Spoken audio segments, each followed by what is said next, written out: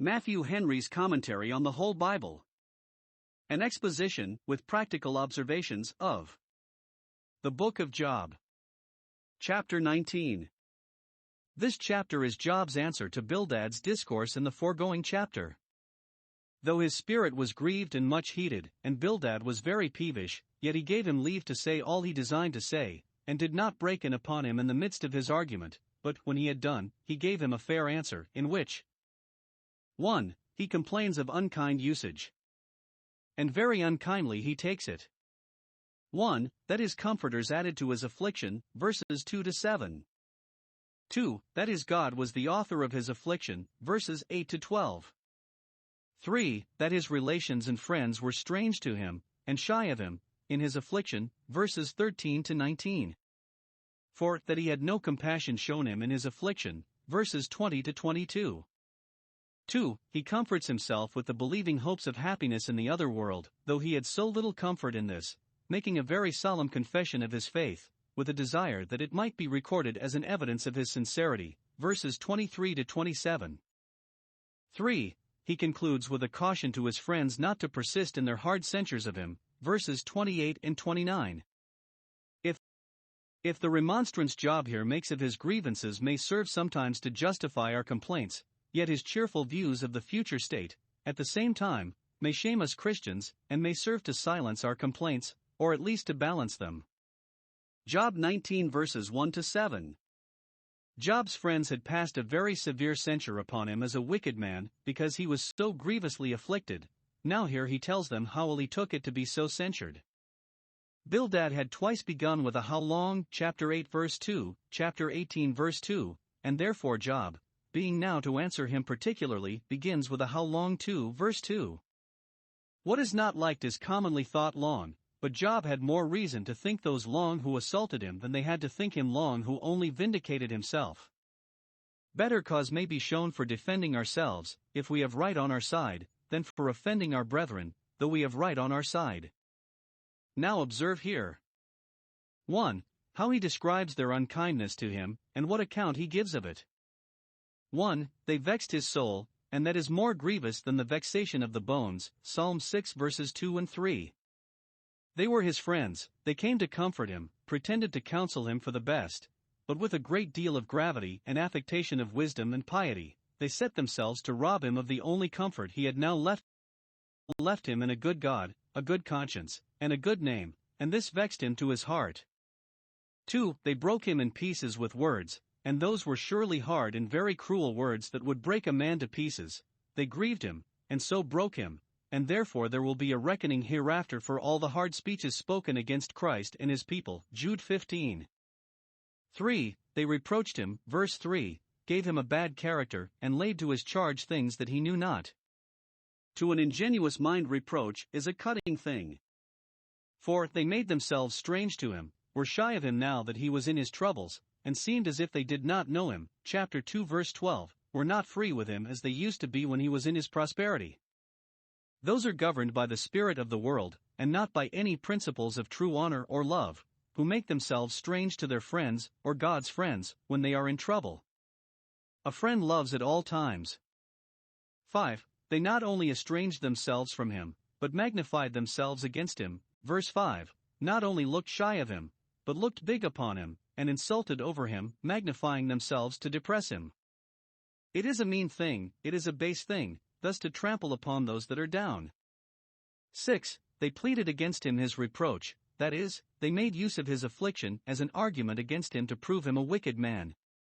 They should have pleaded for him his integrity, and helped him to take the comfort of that under his affliction, and so have pleaded that against his reproach, as St. Paul, 2 Corinthians 1:12, but instead of that, they pleaded his reproach against his integrity, which was not only unkind, but very unjust, for where shall we find an honest man if reproach may be admitted for a plea against him? 2.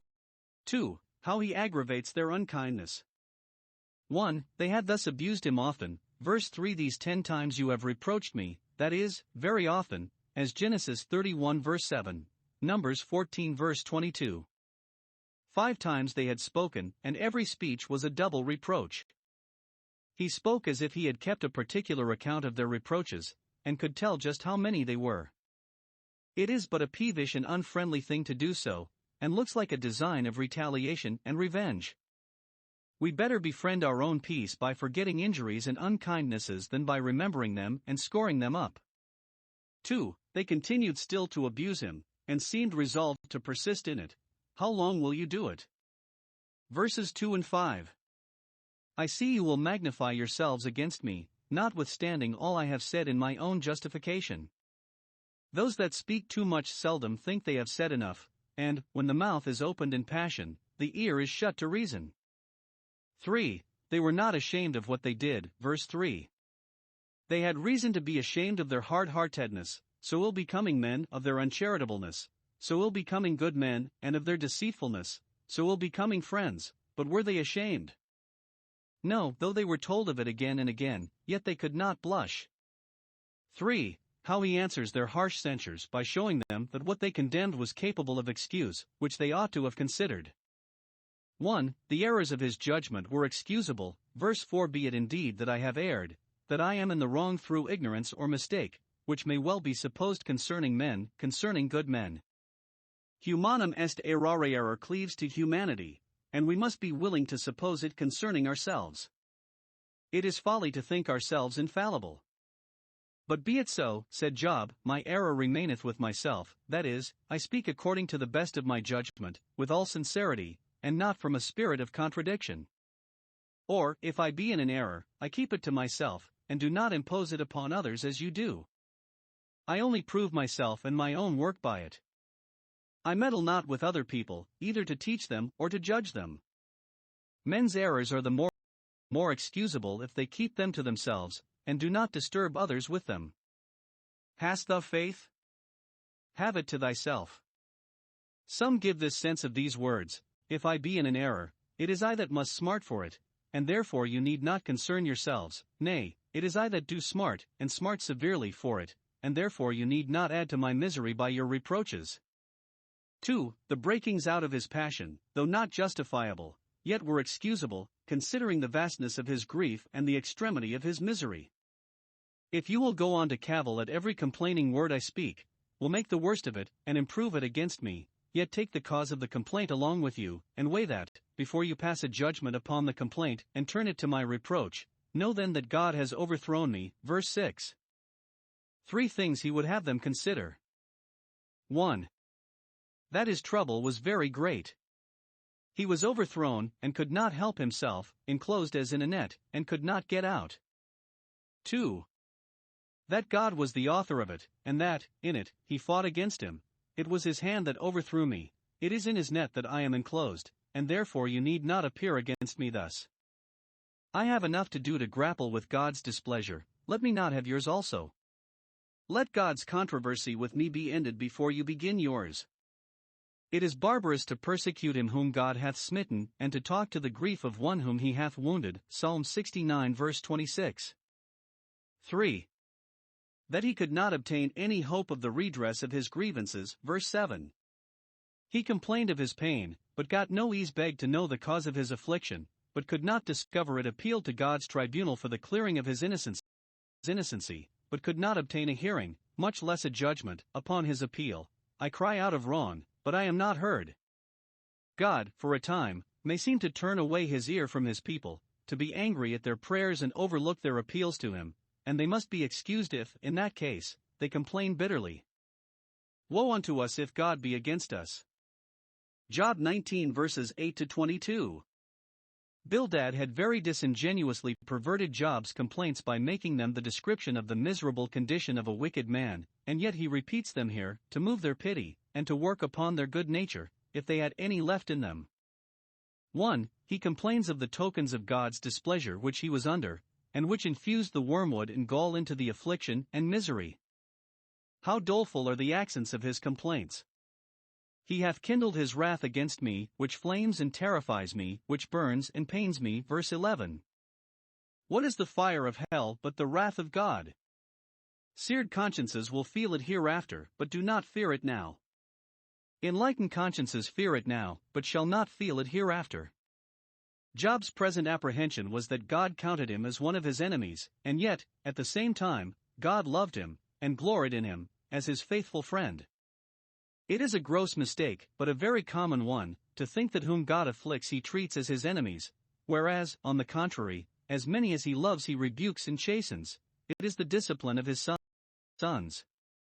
Which way soever Job looked he thought he saw the tokens of God's displeasure against him. 1. Did he look back upon his former prosperity? He saw God's hand putting an end to that. Verse 9, He has stripped me of my glory, my wealth, honor, power, and all the opportunity one had of doing good. My children were my glory, but I have lost them, and whatever was a crown to my head he has taken it from me, and has laid all my honor in the dust. See the vanity of worldly glory, it is what we may be soon stripped of, and, whatever strips us, we must see and own God's hand in it and comply with his design. 2. Did he look down upon his present troubles? He saw God giving them their commission, and their orders to attack him. They are his troops, that act by his direction, which encamp against me. Verse 12. It did not so much trouble him that his miseries came upon him in troops as that they were God's troops, in whom it seemed as if God fought against him, and intended his destruction. God's troops encamped around his tabernacle, as soldiers lay siege to a strong city, cutting off all provisions from being brought into it and battering it continually. Thus was Job's tabernacle besieged. Time was when God's hosts encamped round him for safety. Hast thou not made a hedge about him? Now, on the contrary, they surrounded him, to his terror, and destroyed him on every side. Verse 10. 3. Did he look forward for deliverance? He saw the hand of God cutting off all hopes of that. Verse 8, He hath fenced up my way, that I cannot pass. I have now no way left to help myself, either to extricate myself out of my troubles, or to ease myself under them. Would I make any motion, take any steps towards deliverance? I find my way hedged up. I cannot do what I would, nay, if I would please myself with the prospect of a deliverance hereafter, I cannot do it. It is not only out of my reach, but out of my sight. God hath set darkness in my paths, and there is none to tell me how long. Psalm 74 verse 9. He concludes, verse 10, I am gone, quite lost and undone for this world. My hope hath he removed like a tree cut down, or plucked up by the roots, which will never grow again. Hope in this life is a perishing thing, but the hope of good men, when it is cut off from this world, is but removed like a tree, transplanted from this nursery to the garden of the Lord. We shall have no reason to complain if God thus remove our hopes from the sand to the rock, from things temporal to things eternal. 2. He complains of the unkindness of his relations, and of all his old acquaintance. In this also he owns the hand of God. Verse 13, He has put my brethren far from me, that is, he has laid those afflictions upon me which frighten them from me, and make them stand aloof from my sores. As it was their sin, God was not the author of it. It is Satan that alienates men's minds from their brethren in affliction. But, as it was Job's trouble, God ordered it for the completing of his trial. As we must eye the hand of God in all the injuries we receive from our enemies, the Lord has bidden sure may curse David, so also in all the slights and unkindnesses we receive from our friends, which will help us to bear them the more patiently. Every creature is that to us, kind or unkind, comfortable or uncomfortable, which God makes it to be. Yet this does not excuse Job's relations and friends from the guilt of horrid ingratitude and injustice to him, which he had reason to complain of. Few could have borne it so well as he did. He takes notice of the unkindness 1. Of his kindred and acquaintance, his neighbors, and such as he had formerly been familiar with, who were bound by all the laws of friendship and civility to concern themselves for him, to visit him, to inquire after him, and to be ready to do him all the good offices that lay in their power, yet these were estranged from him. Verse 13. They took no more care about him than if he had been a stranger whom they never knew. His kinsfolk, who claimed relation to him when he was in prosperity, now failed him. They came short of their former professions of friendship to him and his present expectations of kindness from them. Even his familiar friends, whom he was mindful of, had now forgotten him, had forgotten both his former friendliness to them and his present miseries. They had heard of his troubles, and designed him a visit, but truly they forgot it, so little affected were they with it. Nay, his inward friends, the men of his secret, whom he was most intimate with and laid in his bosom, not only forgot him, but abhorred him, kept as far off from him as they could, because he was poor, and could not entertain them as he used to do, and because he was sore and a loathsome spectacle. Those whom he loved, and who therefore were worse than publicans if they did not love him now that he was in distress, not only turned from him, but were turned against him, and did all they could to make him odious, so to justify themselves in being so strange to him. Verse 19.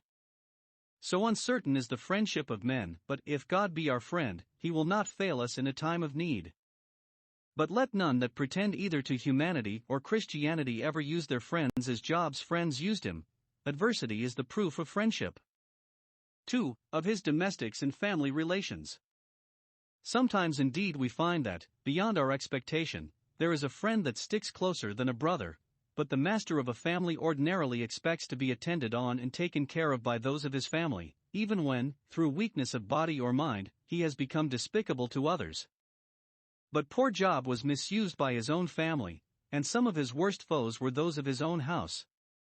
He mentions not his children, they were all dead, and we may suppose that the unkindness of his surviving relations made him lament the death of his children so much the more. If they had been alive, would he think, I should have had comfort in them. As for those that were now about him. 1. His own servants slighted him. His maids did not attend him in his illness, but counted him for a stranger and an alien. Verse 15. His other servants never heeded him. If he called to them, they would not come at his call, but pretended that they did not hear him. If he asked them a question, they would not vouchsafe to give him an answer. Verse 16. Job had been a good master to them, and did not despise their cause when they pleaded with him. Chapter 31 verse 13.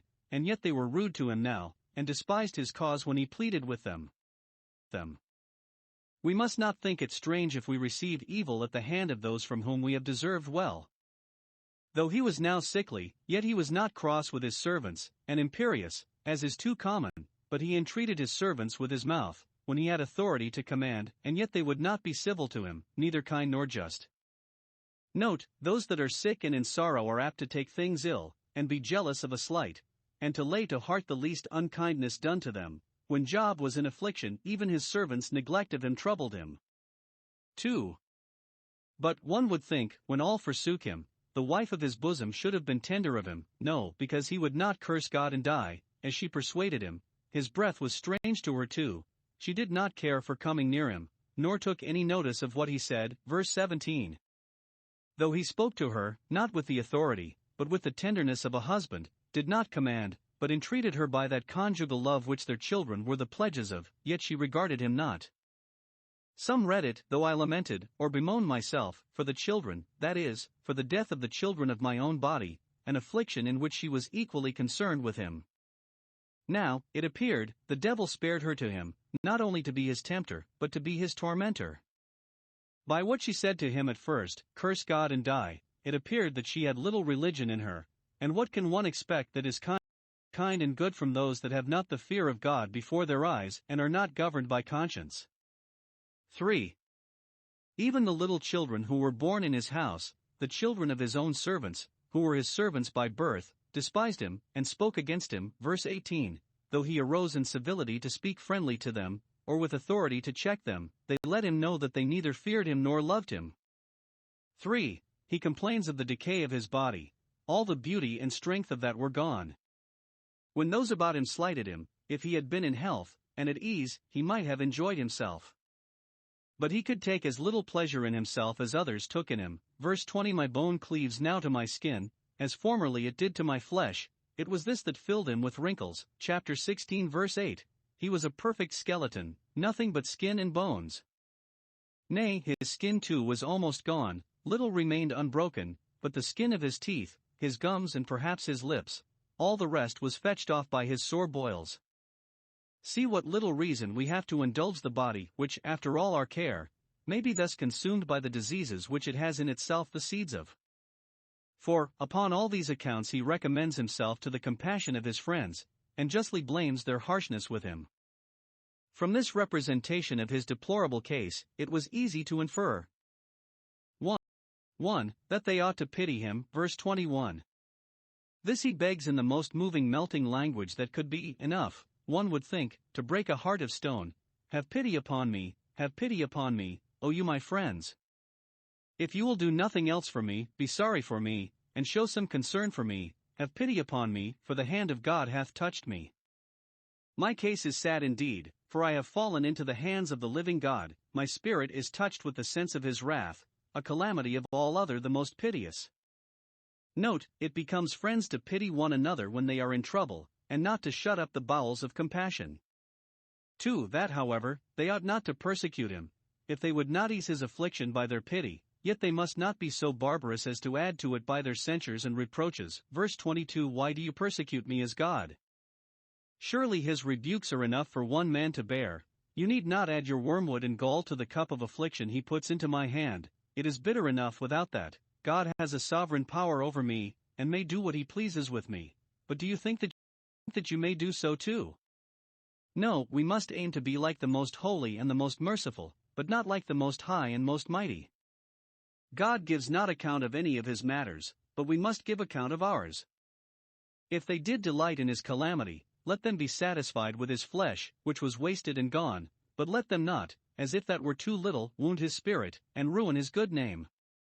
Great tenderness is due to those that are in affliction, especially to those that are troubled in mind. Job 19 verses 23 to 29. In all the conferences between Job and his friends we do not find any more weighty and considerable lines than these. Would one have expected it?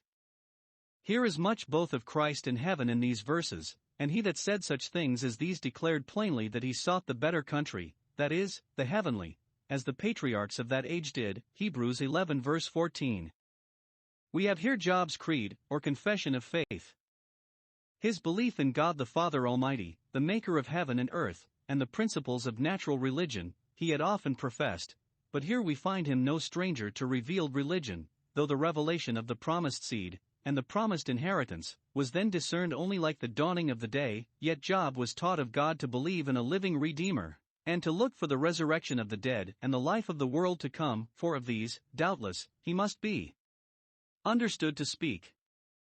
These were the things he comforted himself with the expectation of, and not a deliverance from his trouble or a revival of his happiness in this world, as some would understand him, for besides that the expressions he here uses, of the Redeemer's standing at the latter day upon the earth, of his seeing God, and seeing him for himself, are wretchedly forced if they be understood of any temporal deliverance, it is very plain that he had no expectation at all of his return to a prosperous condition in this world.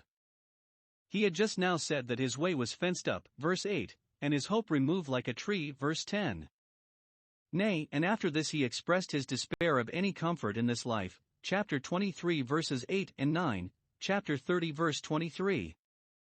So that we must necessarily understand him of the redemption of his soul from the power of the grave, and his reception to glory, which is spoken of, Psalm 49 verse 15. We have reason to think that Job was just now under an extraordinary impulse of the blessed Spirit, which raised him above himself, gave him light, and gave him utterance, even to his own surprise. And some observe that, after this, we do not find Job's discourses such passionate, peevish, unbecoming complaints of God and his providence as we have before met with. This hope quieted his spirit, stilled the storm, and having here cast anchor within the veil, his mind was kept steady from this time forward. Let us observe. 1. To what intent Job makes this confession of his faith here. Never did anything come in more pertinently, or to better purpose. 1. Job was now accused, and this was his appeal. His friends reproached him as a hypocrite and condemned him as a wicked man, but he appeals to his creed, to his faith, to his hope, and to his own conscience, which not only acquitted him from reigning sin, but comforted him with the expectation of a blessed resurrection. These are not the words of him that has a devil. He appeals to the coming of the Redeemer, from this wrangle at the bar to the judgment of the bench, even to him to whom all judgment is committed, who he knew would right him. The consideration of God's day coming will make it a very small thing with us to be judged of man's judgment, 1 Corinthians 4 verses 3 and 4. How easily may we bear the unjust calumnies and reproaches of men, while we expect the glorious appearance of our Redeemer, and his redeemed, at the last day, and that there will then be a resurrection of names, as well as bodies. 2. Job was now afflicted, and this was his cordial. When he was pressed above measure, this kept him from fainting. He believed that he should see the goodness of the Lord in the land of the living, not in this world, for that is the land of the dying. 2. With what a solemn preface he introduces it, verse 23, 24. He breaks off his complaints abruptly, to triumph his comforts, which he does, not only for his own satisfaction, but for the edification of others. Those now about him, he feared, would little regard what he said, and so it proved. He therefore wished it might be recorded for the generations to come. Oh, that my words were now written, the words I am now about to say. As if he had said, I own I have spoken many unadvised words, which I could wish might be forgotten, for they will neither do me credit nor do others good. But I am now going to speak deliberately, and that which I desire may be published to all the world and preserved for the generations to come, in perpetuum re memoriam, for an abiding memorial, and therefore that it may be written plainly and printed, or drawn out in large and legible characters, so that he that runs may read it, and that it may not be left in loose papers, but put into a book, or, if that should perish, that it may be engraven like an inscription upon a monument, with an iron pen in lead or in the stone. Let the engraver use all his art to make it a durable appeal to posterity. That which Job here somewhat passionately wished for God graciously granted him. His words are written, they are printed in God's book, so that, wherever that book is read, there shall this be told for a memorial concerning Job. He believed, therefore he spoke. 3. What his confession itself is. What are the words which he would have to be written? We here have them written, verses 25 to 27. Let us observe them. 1. He believes the glory of the Redeemer, and his own interest in him. Verse 25. I know that my Redeemer liveth, that he is in being, and is my life, and that he shall stand at last, or stand the last, or at the latter day, upon, or above, the earth. He shall be raised up, or he shall be, at the latter day, that is, in the fullness of time. The gospel day is called the last time because that is the last dispensation, upon the earth. So it points at his incarnation, or, he shall be lifted up from the earth, so it points at his crucifixion, or raised up out of the earth, so it is applicable to his resurrection, or, as we commonly understand it, at the end of time he shall appear over the earth, for he shall come in the clouds, and every eye shall see him, so close shall he come to this earth. He shall stand upon the dust, so the word is, upon all his enemies, which shall be put a dust under his feet, and he shall tread upon them, and triumph over them. Observe here. 1. That there is a Redeemer provided for fallen man, and Jesus Christ is that Redeemer. The word is Goel, which is used for the next of kin, to whom, by the law of Moses, the right of redeeming a mortgaged estate did belong, Leviticus 25 verse 25. Our heavenly inheritance was mortgaged by sin. We are ourselves utterly unable to redeem it. Christ is near of kin to us, the next kinsman that is able to redeem. He has paid our debt, satisfied God's justice for sin, and so has taken off the mortgage and made a new settlement of the inheritance. Our persons also want a Redeemer. We are sold for sin, and sold under sin. Our Lord Jesus has wrought out a redemption for us, and proclaims redemption for us, and proclaims redemption to us, and so he is truly the Redeemer. 2. He is a living Redeemer. As we are made by a living God, so we are saved by a living Redeemer, who is both almighty and eternal, and is therefore able to save to the uttermost. Of him it is witnessed that he liveth, Hebrews 7 verse 8, Revelation 1 verse 18. We are dying, but he liveth, and hath assured us that because he lives we shall live also, John 14 verse 19. 3. There are those that through grace have an interest in this Redeemer and can, upon good grounds, call him theirs. When Job had lost all his wealth and all his friends, yet he was not separated from Christ, nor cut off from his relation to him. Still he is my Redeemer. That next kinsman adhered to him when all his other kindred forsook him, and he had the comfort of it. 4. Our interest in the Redeemer is a thing that may be known, and, where it is known, it may be triumphed in, as sufficient to balance all our griefs. I know, observe with what an air of assurance he speaks it, as one confident of this very thing, I know that my Redeemer lives. His friends have often charged him with ignorance or vain knowledge, but he knows enough, and knows to good purpose, who knows Christ to be his Redeemer. 5. There will be a latter day, a last day, a day when time shall be no more, Revelation 10 verse 6. That is a day we are concerned to think of every day. 6. Our Redeemer will at that day stand upon the earth, or over the earth, to summon the dead out of their graves, and determine them to an unchangeable state, for to him all judgment is committed. He shall stand, at the last, on the dust to which this earth will be reduced by the conflagration. 2. He believes the happiness of the redeemed, and his own title to that happiness, that, at Christ's second coming, believers shall be raised up in glory, and so made perfectly blessed in the vision and fruition of God, and this he believes with application to himself. 1. He counts upon the corrupting of his body in the grave, and speaks of it with a holy carelessness and unconcernedness, though, after my skin, which is already wasted and gone, none of it remaining but the skin of my teeth, verse 20, they destroy, those that are appointed to destroy it, the grave and the worms in it of which he had spoken, chapter 17 verse 14, this body. The word body is added, though they destroy this skeleton, this shadow, chapter 17 verse 7, this that I lay my hand upon, or, pointing perhaps to his weak and withered limbs, this that you see, call it what you will, I expect that shortly it will be a feast for the worms. Christ's body saw not corruption, but ours must. And Job mentions this, that the glory of the resurrection, he believed and hoped for might shine the more brightly. Note, it is good for us often to think, not only of the approaching death of our bodies, but of their destruction and dissolution in the grave. Yet let not that discourage our hope of their resurrection, for the same power that made man's body at first, out of common dust, can raise it out of its own dust. This body which we now take such care about, and make such provision for, will in a little time be destroyed. Even my reins, says Job, shall be consumed within me, verse 27, the innermost part of the body, which perhaps putrefies first. 2. He comforts himself with the hopes of happiness on the other side death and the grave, after I shall awake, so the margin reads it, though this body be destroyed, yet out of my flesh shall I see God. 1. Soul and body shall come together again. That body which must be destroyed in the grave shall be raised again, a glorious body, yet in my flesh I shall see God. The separate soul has eyes wherewith to see God, eyes of the mind, but Job speaks of seeing him with eyes of flesh, in my flesh, with my eyes. The same body that died shall rise again, a true body, but a glorified body, fit for the employments and entertainments of that world, and therefore a spiritual body, 1 Corinthians 15 verse 44. Let us therefore glorify God with our bodies, because there is such a glory designed for them. 2.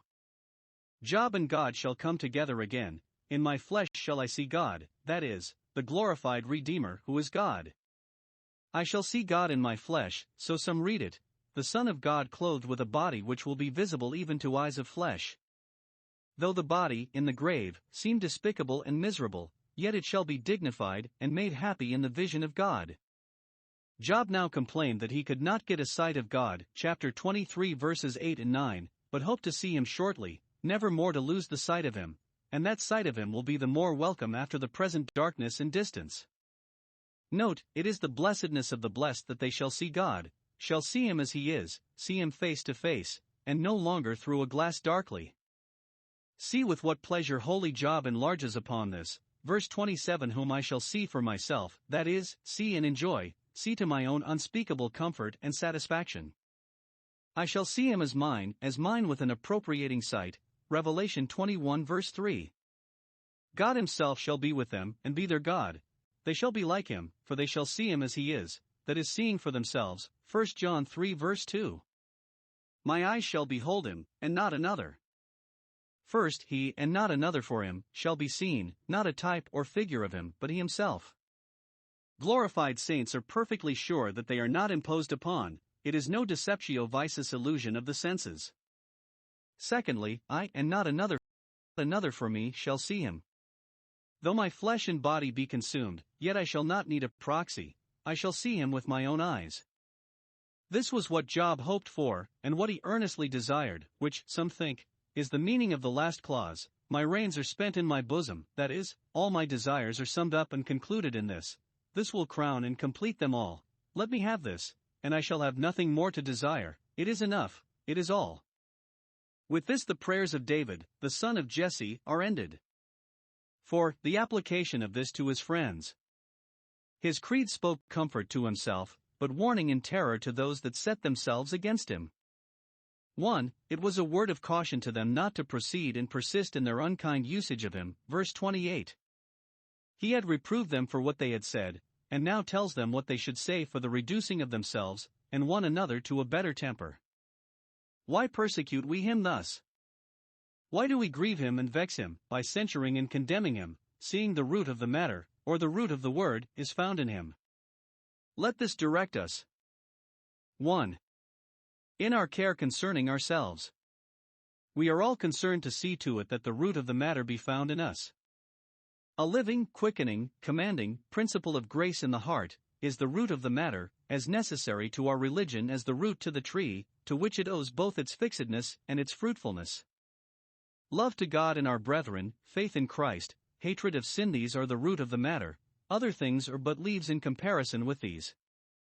Serious godliness is the one thing needful. 2.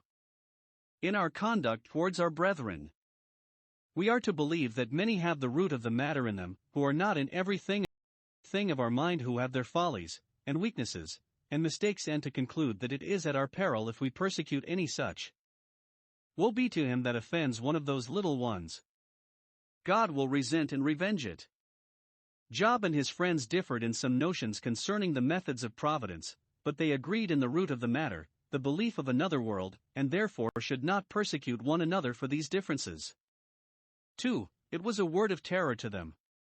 Christ's second coming will be very dreadful to those that are found smiting their fellow servants, Matthew 24 verse 49, and therefore, verse 29, be you afraid of the sword, the flaming sword of God's justice, which turns every way, fear, lest you make yourselves obnoxious to it. Good men need to be frightened from sin by the terrors of the Almighty, particularly from the sin of rashly judging their brethren, Matthew 7 verse 1, James 3 verse 1. Those that are peevish and passionate with their brethren, censorious of them and malicious towards them, should know, not only that their wrath, whatever it pretends, works not the righteousness of God, but that 1. They may expect to smart for it in this world, it brings the punishments of the sword. Wrath leads to such crimes as expose men to the sword of the magistrate. God himself often takes vengeance for it, and those that showed no mercy shall find no mercy. 2. If they repent not, that will be an earnest of worse. By these you may know there is a judgment, not only a present government, but a future judgment, in which hard speeches must be accounted for.